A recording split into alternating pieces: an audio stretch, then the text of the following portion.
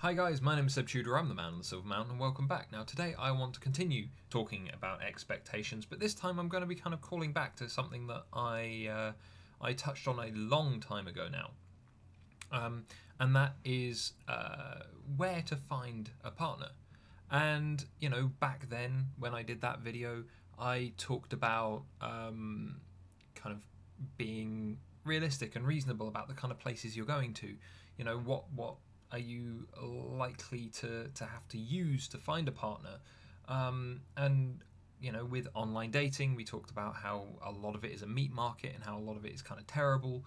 How you've got the people who can be incredibly entitled and hard to deal with, even if they would otherwise probably be quite nice to get to know.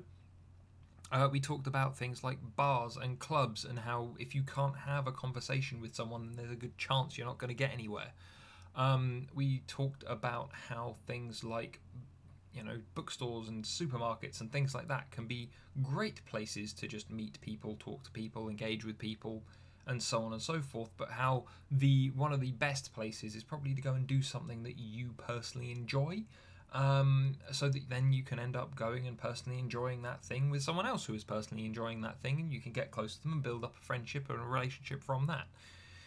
But there is one thing that I feel I need to touch on specifically, considering we're talking about expectations and relationships this week, and that is that you have to have your realistic expectations about the kind of people that you're going to be meeting and what kind of relationships you might very well build and all that kind of thing from these places.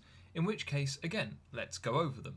So, online dating is probably the most broad one because there are some places with some people, you know, certain platforms and things where you can have an amazing time and you can meet the love of your life. They can be perfect. Yeah. You can go and then engage with them on all manner of different levels, and they can be kind of your one and only. They can be the best possible person that you could ever hope to meet. But here's the thing. You also have an awful lot of people that have very high expectations for what they are finding there. You might be one of them. The whole hookup culture and the uses of apps like Tinder and all that kind of thing very much revolve around these people with very high expectations, because that is how the app is able to continue to just kind of roll on whilst basically being a meat market in many ways. You know, you are able to keep those people coming back looking for more, because every time that they start talking to someone, there's a chance that they will just purely expect to get sex. And if you've got two people bumping into each other like that, and all they expect is sex, then yeah, you've got a match made, but then it doesn't last very long. That's not really a relationship. It's not something that will necessarily blossom and bloom and grow and develop and so on and so forth through all the stages of intimacy that we've talked about before. That's very much a more casual thing, or at least tends to be. But when we're looking at online dating more generally, we also see those people that I mentioned in the last couple of videos, where they become very, very focused on kind of what they want, and they have paid for a service in many instances, in which case, because they have paid, they expect for the product that they have asked for to kind of be put right in front of them. And this is kind of akin to what we were talking about last week in regards to turning people into projects and how you shouldn't do it and why you shouldn't do it.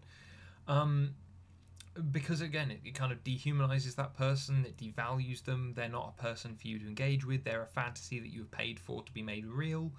And so when you have that person, there's a good chance that you kind of maybe take them for granted, or maybe are more demanding of them than you have any right to be. And so as a result, it can be tough when it comes to online dating, because you've got the two broadest extremes of expectation that you can either fall into or be exposed to. And as a result, my thoughts on that are simply, as I said in my video way back on this topic, the way to go into that is it's a networking site, it's social media, it's not a kind of supply and demand shop, and it's definitely not something that you should be making demands from people on or expecting things from people on and all that kind of stuff. You know, be reasonable. You wouldn't necessarily go to someone and instantly expect them to send you a message back, or jump into your pants or anything like that if you just randomly sent them a message on Facebook or Twitter to someone that you didn't even know, by the way. That's an important point. You wouldn't throw that kind of stuff out there, but then when it kind of rolls round, it becomes a case of going, well, actually, if you go in and you just want to talk with people, see who's out there that looks fun, be open to a relationship, because obviously it's the kind of place that you would maybe go for one, but otherwise, have those thoughts tempered and realise that there are an awful lot of people out there using this this platform, and that most of them may very well not be for you. Then though, if we're looking at things like clubs and pubs that are very loud, you have to have the expectation that if you aren't able to have a good conversation with someone, if you aren't able to get to know them, engage with them, kind of interact with them in any meaningful way other than grinding against each other, getting sweaty, getting drunk and leaving, then again, the most you're probably going to get is some kind of animal magnetism that may very well lead on to something, but it may very well not lead on to anything worthwhile, or at least not anything long term. And where we're talking about relationships and things like that, most of what we're talking about is long term. That's what people tend to want. They want that satisfying long term relationship, because there are so many downsides to the casual relationships, as it were. You're putting yourself at risk in a lot of different ways. So, there's something to keep in mind there. But as a result, what do we do about this in regards to our expectations? Simple. Well, don't expect to get anything serious or long term out of going to a club. Chatting up girls in a club, yeah, you can do it. But again, you have to be firstly very good and very selective and very focused on communicating what you want and how you want it for that to really work. And even then, clubs are noisy, they're dark, same with bars and pubs at times, very, very noisy. It can be very difficult to easily communicate, let alone easily communicate a lot of specifics. So, simply put, go have fun. That's what those places are there for. Going and kind of specifically going on the pull, or specifically going to find someone that is there purely for you to then build a relationship with, or even purely there for you to go and interact with for the aim of, say, sex or whatever else, companionship even, I would say probably just be realistic about it. Again, come back down to if I can't talk to someone and they can't get to know me and I can't get to know them, how am I supposed to do anything with meeting this person? Yeah. There are ways around it. There are places that are great for it. I've been to a couple of silent discos, or silent rave, silent disco, whatever you want to call it, where it's been really good because you bumped into people, you've been able to have a chat, you just pop your earphones off or whatever else, and you're just able to engage with those people in relative quiet, and it can be great. But obviously those are very specific and not particularly widespread events. So, just keep in mind that communicative, conversive angle to relationships and interactions. There's a reason why I say communication is key so often, and I harp on about different aspects of communication in relationships all the time. If you don't have those, especially at the beginning, then there's a good chance that the relationship that you're getting into or developing or whatever else from that first meeting may very well not go very far. So then let's take a look at expectations in regards to things like bookshops and random mundane places. Firstly, yes, you might get somewhere, especially if it's a bookshop. From my personal experience and my mind, you're more likely to bump into someone and be able to start a discussion about something that is key to their interests, because that's what they're buying a book about and all that kind of thing. And so you're able to engage with those people more and kind of get on side with what they're saying, what they're doing, get a feel for who that person is, meet up again, continue the conversation, whatever. And so, yeah, you could maybe have a greater expectation of, yeah, these places are better, they're nicer to meet people at and have discussions and all that kind of thing. But one major thing to this is these are still places that you shouldn't just go and float around looking for a partner. Go there when you have a reason to be there, because otherwise you're just being a creep. to be most perfectly honest with you. You are looking for something in a place that you think you can get it, and you are sacrificing time doing other things or engaging with life in other ways purely to essentially jump on people. Don't do that.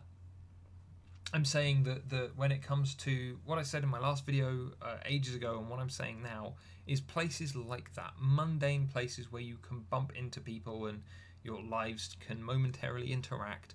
They are places where maybe you should be open to engaging with those other people, having those discussions, meeting those people, and so on and so forth, because there's always a potential for friendship and growth and development and understanding and possibly romance and all those kind of things. That's fine. You should not go there purely as a hunting ground. That is bad. Don't do that. But again, when it comes to expectations, expect to maybe bump into people. Expect to maybe have a nice conversation.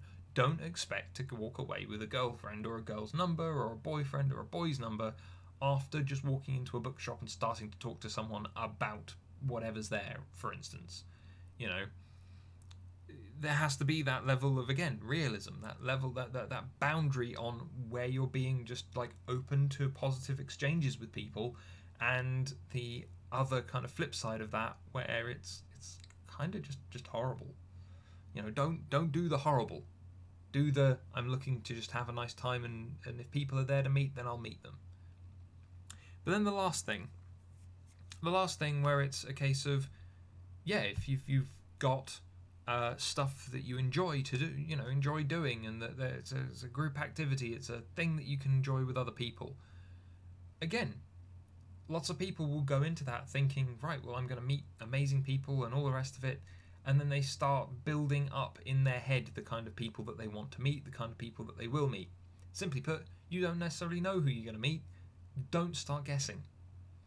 But kind of like what we just mentioned in regards to things like bookshops and supermarkets and mundane places, the thing to do is just take on board the, yeah, you're there to have fun, so have fun, because then people will have fun with you and they'll want to stay around you more. Don't go there with the sole purpose of finding a partner. Yeah? Like, if you really want to go and do something like that, and you're open to the, I'm going to meet a lot of nice people and stuff like that, speed dating would probably be the thing that I would suggest to you, because you just go, enjoy a very quick session, as it were, of engaging with people, being open to all of them, but everyone is there with a very specific purpose, and then you can come away with potentially a benefit from it, potentially what you want from it. But if you're doing something like going to a cookery class, going dancing, going to, I don't know, kayaking, whatever, pick a hobby, pick a thing you enjoy. If you're going to go to those things purely for the reason of getting with someone else, finding someone else for you to essentially, again, kind of prey on, don't do it. Focus on enjoying life, because if you're enjoying life, if you're enjoying the thing that you're doing, people are going to be more inclined to enjoy it with you.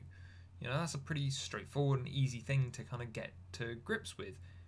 Who are the people that you like spending time with the most? The people who are fun to be around, the people who are going to engage with you around fun stuff. That's where you need to focus. Focus around being open to life, open to people, and kind of look for the fun. And again, there's one thing that gets said to me a lot when I talk about this stuff, and that is that but what if I'm more introverted? What if I'm a more passive personality? What if, I'm not really into hanging around with a lot of people? Well, I said to be open to people. That doesn't necessarily mean hanging around with a lot of people. That means if you interact with one or two people specifically that are just really fun, really great, and all the rest of it, or you bump into one person in a bookshop, or you bump into one small group of people doing the thing that you enjoy doing, be open to the interaction with them. Don't just lock it away. It might be draining for you. It might be. You might come away from it feeling good but exhausted. But if there's still that good feeling, that's what you want to focus on. That's what you want to kind of hold on to, because that's what can grow. But anyway, guys, I'd love to hear your thoughts on this. Again, kind of lots of experiences, lots of different points of view, lots of things going on in people's lives that potentially lead them down different paths, have them find their partner or interact with people in different places that can be of different relative values to that person.